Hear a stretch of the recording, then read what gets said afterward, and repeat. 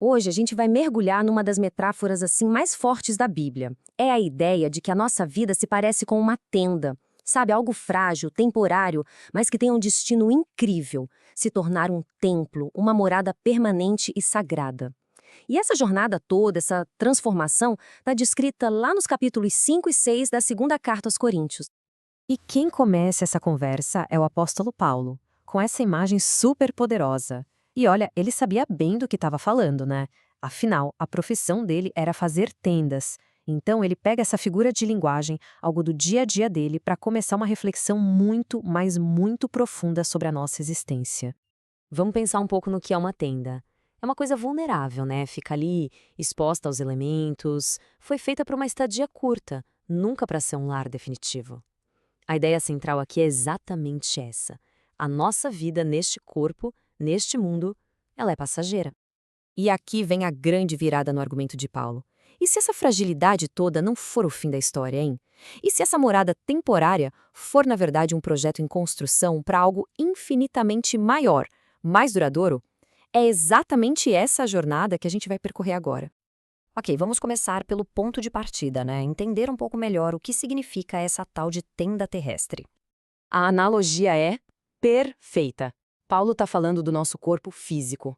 É algo que veio de materiais terrenos e que, um dia, inevitavelmente, vai ser desmontado. É a nossa condição mortal, sabe? Transitória. E isso cria um contraste direto com o que vem logo em seguida. Mas essa consciência de que tudo aqui é passageiro não leva ao desespero. Na verdade, é o contrário. Paulo imediatamente apresenta o outro lado da moeda, a promessa de algo eterno, de origem divina. E esse contraste aqui é fundamental para a gente sacar a mensagem inteira. De um lado, a tenda, frágil, terrena, temporal. Do outro, um edifício de Deus, sólido, celestial, eterno. A teologia por trás disso tudo aponta para o nosso corpo glorificado, a nossa forma na eternidade. Tá, mas a pergunta que fica é: como é que acontece essa transição tão radical? Qual é o gatilho, o processo que transforma uma simples tenda num edifício eterno? A resposta está bem aqui nessa frase que é o coração do capítulo. Se alguém está em Cristo, é nova criatura.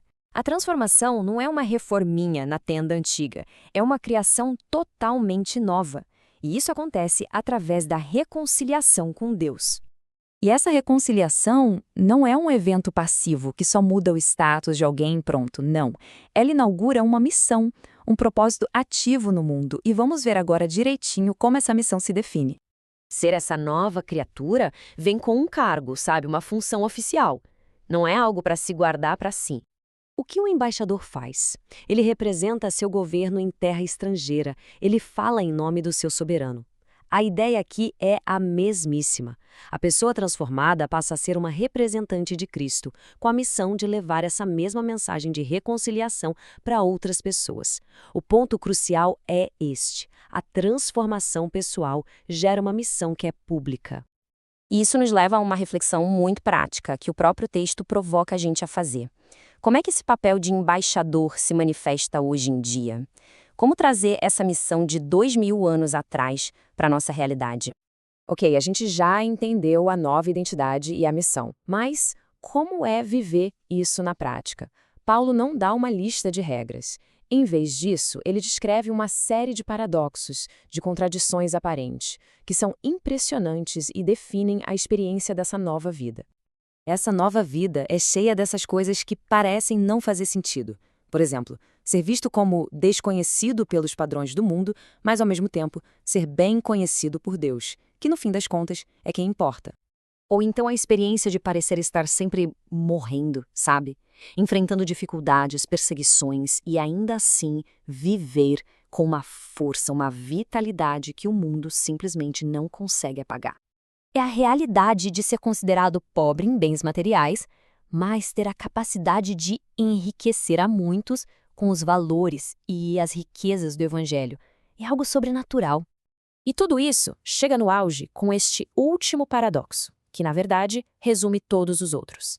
A sensação de nada ter e, ao mesmo tempo, a convicção de possuir tudo. Porque em Cristo, a pessoa se torna herdeira de todas as promessas de Deus. É uma lógica completamente invertida em relação ao mundo. Bom, com uma identidade tão radicalmente diferente, surge uma questão muito prática. Como proteger essa nova condição? Como é que se mantém a integridade desse templo no meio de um mundo com valores tão opostos? Paulo dá uma orientação bem direta sobre isso. Ele usa a imagem do jugo desigual que veio lá da agricultura. Pensa só, dois bois de forças ou naturezas diferentes não conseguem arar em linha reta. Um sempre vai puxar o outro para fora do caminho. A aplicação espiritual é clara. Parcerias profundas, que nos amarram a quem tem valores e objetivos de vida totalmente opostos, podem acabar nos desviando do nosso propósito. E para não deixar nenhuma dúvida, ele dispara essa sequência de perguntas retóricas: justiça e maldade, luz e trevas, Cristo e o maligno. Ele reforça de todas as maneiras possíveis que certas coisas são, por natureza, incompatíveis. Não dá para misturar. Simples assim.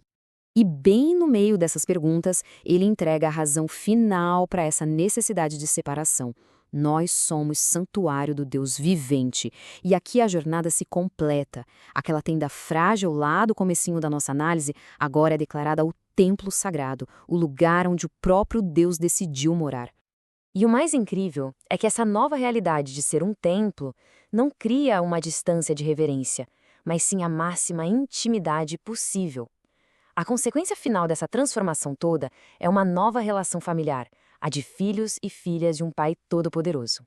E no final de tudo, o texto nos deixa com uma pergunta que fica ecoando, um chamado para uma reflexão bem pessoal.